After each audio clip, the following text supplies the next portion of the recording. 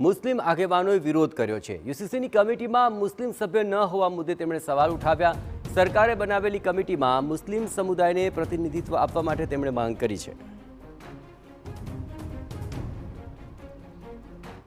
5 સભ્યોની કમિટી જે રંજનભાઈ દેસાઈની જે કમિટી બની છે એ કમિટીના અંદર એક મુસ્લિમને પણ રાખવો જોઈએ, જેથી કોઈ વિદ્વાન મુસ્લિમો હોય એ મુસ્લિમને પણ એ કમિટીમાં રાખવાથી જેથી કરીને કાયદો કેવી રીતે બનવો જોઈએ, કાયદાને કેવી રીતે સન્માન આપવું જોઈએ। અને સમગ્ર હિન્દુસ્તાનના અંદર મોટી સંખ્યાનો બોડી સંખ્યામાં મુસ્લિમ સમુદાય છે, તો મુસ્લિમ સમાજને અન્યાય નહીં થાય એના માટે કમિટીના અંદર એક મુસ્લિમને પણ રાખે તો જેથી કરીને કાયદો વ્યવસ્થા જે રીતે બનાવી રહી છે ગુજરાત સરકાર એ જો એના અંદર સમાન જળવાઈ રહે। શું માનો છો કે આ કાયદો લાગુ થવો જોઈએ?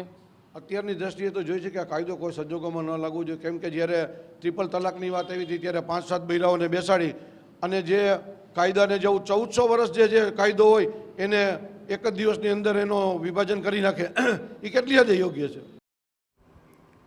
જૂનાગઢના વાટવામાં